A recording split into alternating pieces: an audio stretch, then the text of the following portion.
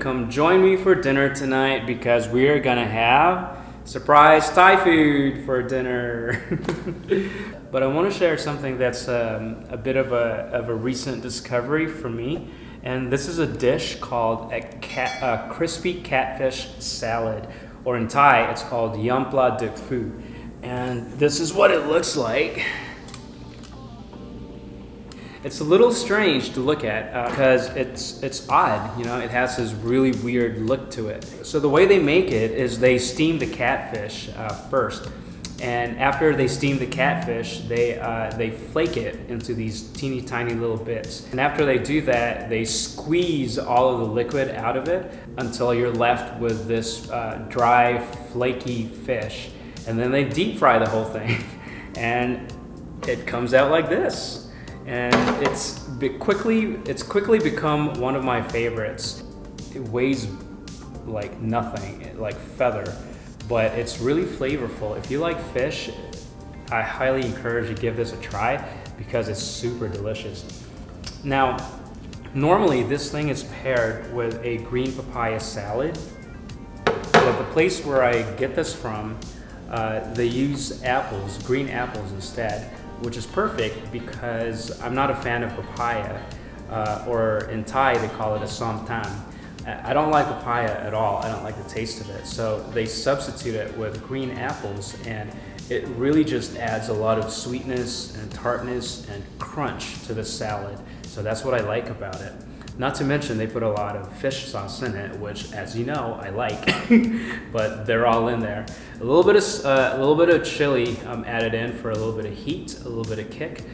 I don't think a lot of places serve this. I only know of one place in town that serves it, or that makes it, and it's called Wira Thai, or Wila Thai. As I've learned in the Thai language, the R and the L is interchangeable. So people can say Wila Thai or Wira Thai. So it's the same thing. Now this is best eaten with white steamed rice, because the white steamed rice absorbs all of these flavors, all of the greasy taste, the tartness of the salad, the saltiness, and you'll need something to kind of balance all of that out, and that's what white rice is here to do. So we're gonna eat this today, and so we'll take a little bit of that. We'll take a little bit of the salad and just mix it in.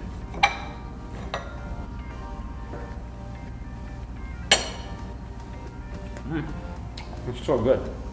Since I'm eating Thai food tonight, I figured I'd share the story of the time when I moved to Thailand, when I lived in Bangkok for a little bit and I worked there. A lot of people find it an interesting story, you know, that whole thing of me going to Thailand and how all that happened.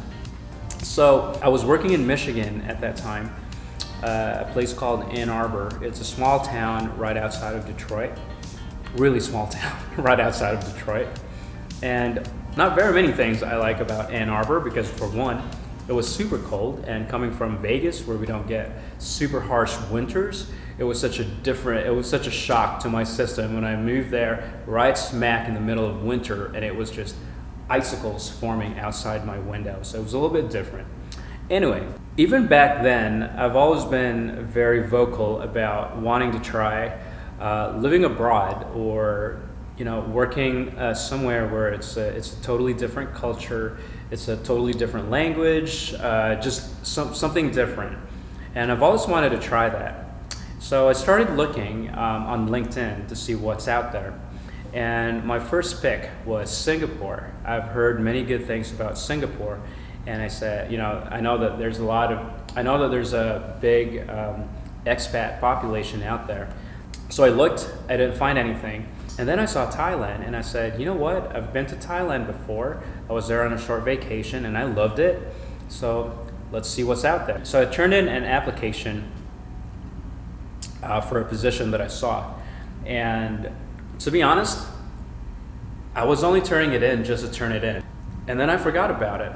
And then 3 weeks later, I get a call, and I look at my phone. It's one of those really long international looking numbers, and I got nervous a little bit. I go, ooh, is this Thailand? You know, a small part of me wanted it to be Thailand. A small part of me was just, I don't know. I was so nervous that I let it go to voicemail. And then sure enough, it was Thailand. It was calling. And the person on the other line said, hey, this is the company that I applied for. We saw your resume. We saw your application. We're very interested. Give me a call. So I said, wow, okay. So I give him a call, and then that's how it kind of just started. I was set up with Skype interviews, and then everything went smoothly after that. 30 days from that initial phone conversation, I was on a plane to Thailand. I was moving to Thailand. That's how quickly everything went. So I got on a plane with literally 2 suitcases in my hand and just me. And off I go to start a new adventure in Bangkok, Thailand. Man, this is it. I've always wanted to try this, and now I'm getting to try it. So I'm gonna go no matter what. Some of my friends were like, "Oh my God, dude, that's so scary. Why are you doing this?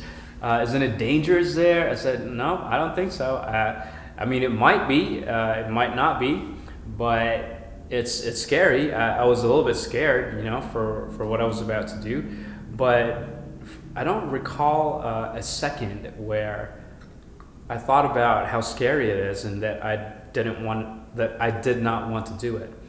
The entire time I was just so excited. I just wanted to try it. I just wanted to do it. So off I went.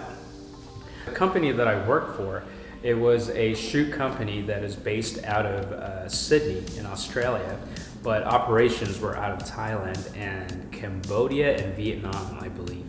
And I worked with illustrators, photo retouchers, photographers, graphic designers. So we were in charge of advertising, marketing collaterals, catalogs, ads, magazines, promotional materials, all of that. So that's what we took care of. And I worked alongside a really diverse set of people. It was myself from the US, my art director, who was Italian, and someone from Spain, someone from Germany, and 4 local Thai designers. It was very interesting when I first saw it because it was just such a diverse mix of people from different parts of the world, different cultures, different languages, and we're all in that one small room just working together. The funny thing is, with all the different languages in that room alone, there weren't a lot of issues with language, with understanding each other. We worked for half a year, and we worked well together. Around the same time that I was there, they hired an art director from Italy, and she and I became really good friends really quickly because we stayed in the same hotel. Her name is Francesca. Hi, Francesca. So we met the first day of work, and we shared a car from the hotel to the factory, to the office. And it was a little far from where we were because we were in downtown Bangkok, and the factory or the office where we were going to be working at was about an hour away, like an hour car ride. So we had a car initially that was provided, and we would be in the back seat every single day. We would just talk and talk and talk and talk. One of the conversations that I can never forget was when we started talking about pizza.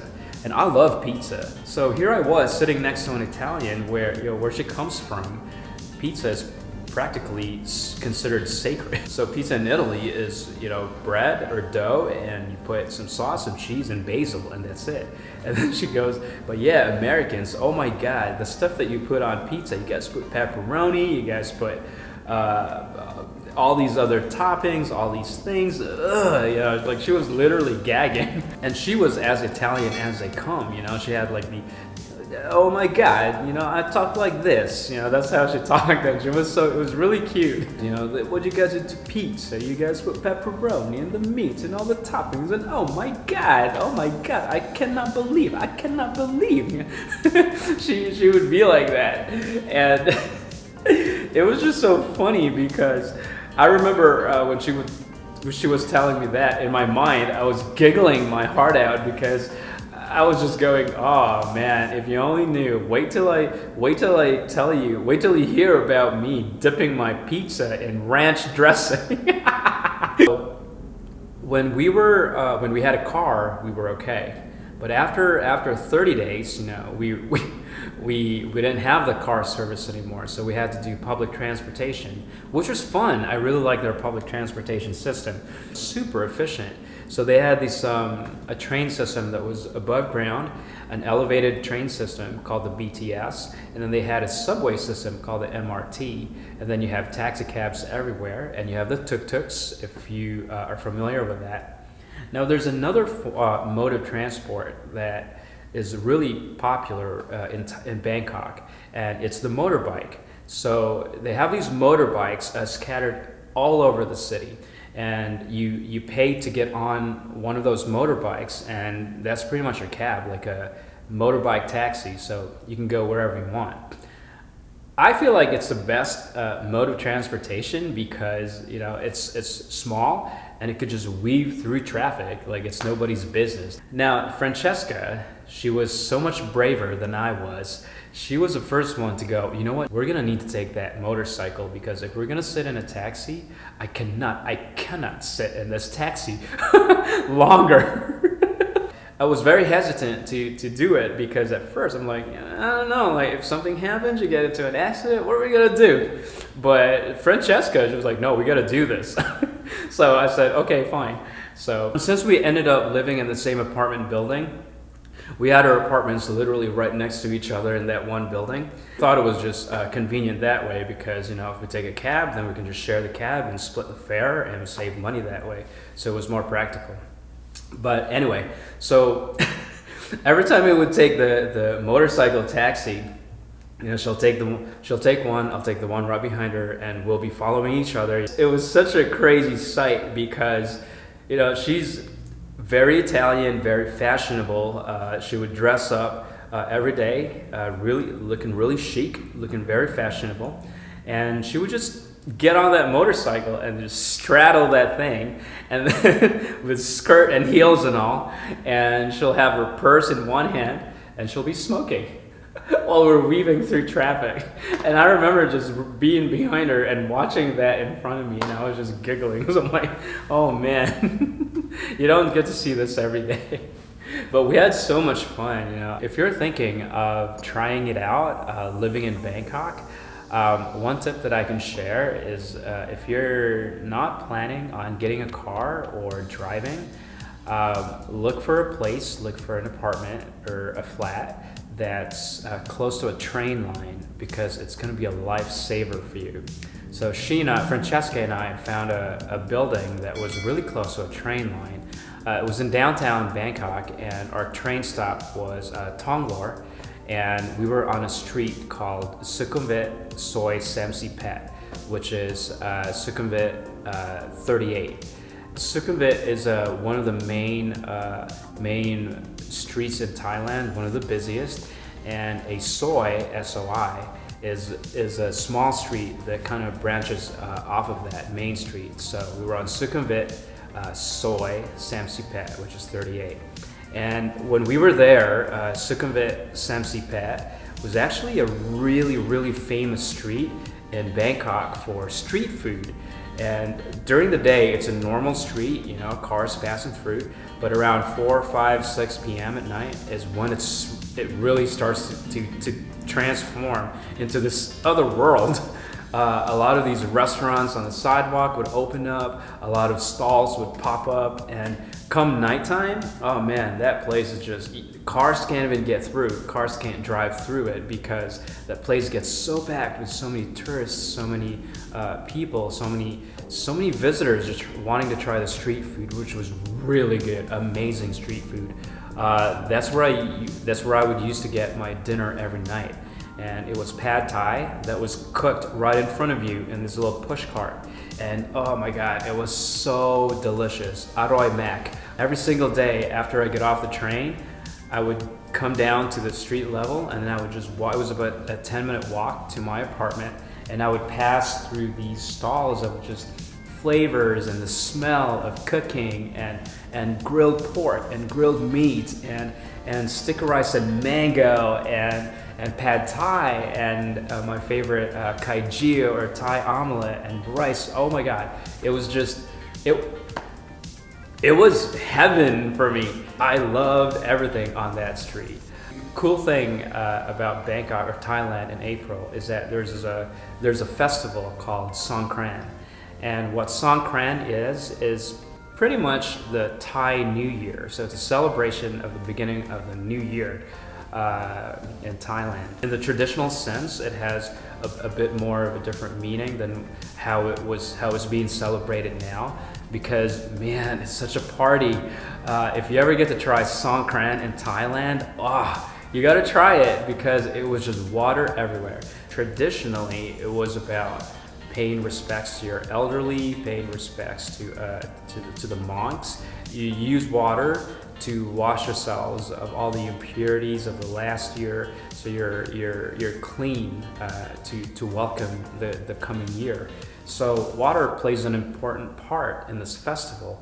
Now, in modern times, that traditional way of doing things, of celebrating Songkran, kind of morphed into this, let's fill a water gun with water and we'll just, shoot water guns at everybody. So everyone was just soaked in water. You're walking the streets of Bangkok, you're just drenched, and everyone was having fun, and it was such a party. If you ever get a chance to go to Thailand in April, make sure you check out Songkran. You'll have a great time. You'll have a great time. Well, one of the things that I can never ever forget about working and living in Thailand was, I was gonna say humidity, but no, I mean, humidity was something else though in that part of the world. It's insane.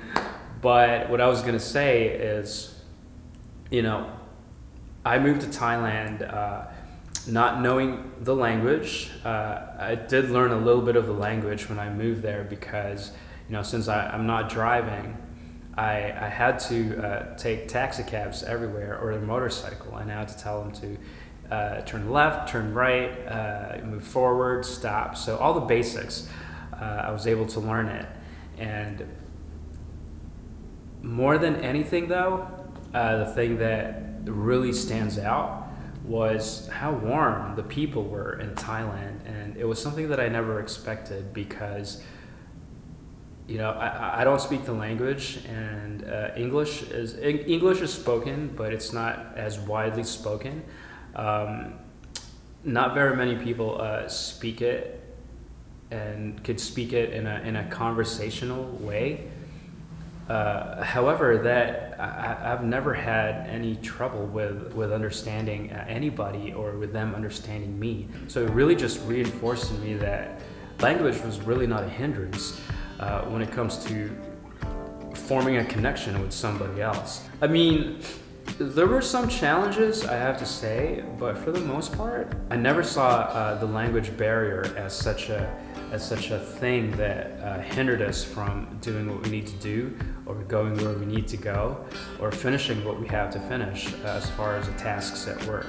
And I just found it so interesting and so fascinating that, even with that difference, we were able to communicate and understand and work together. And they don't make you feel like you're an outsider.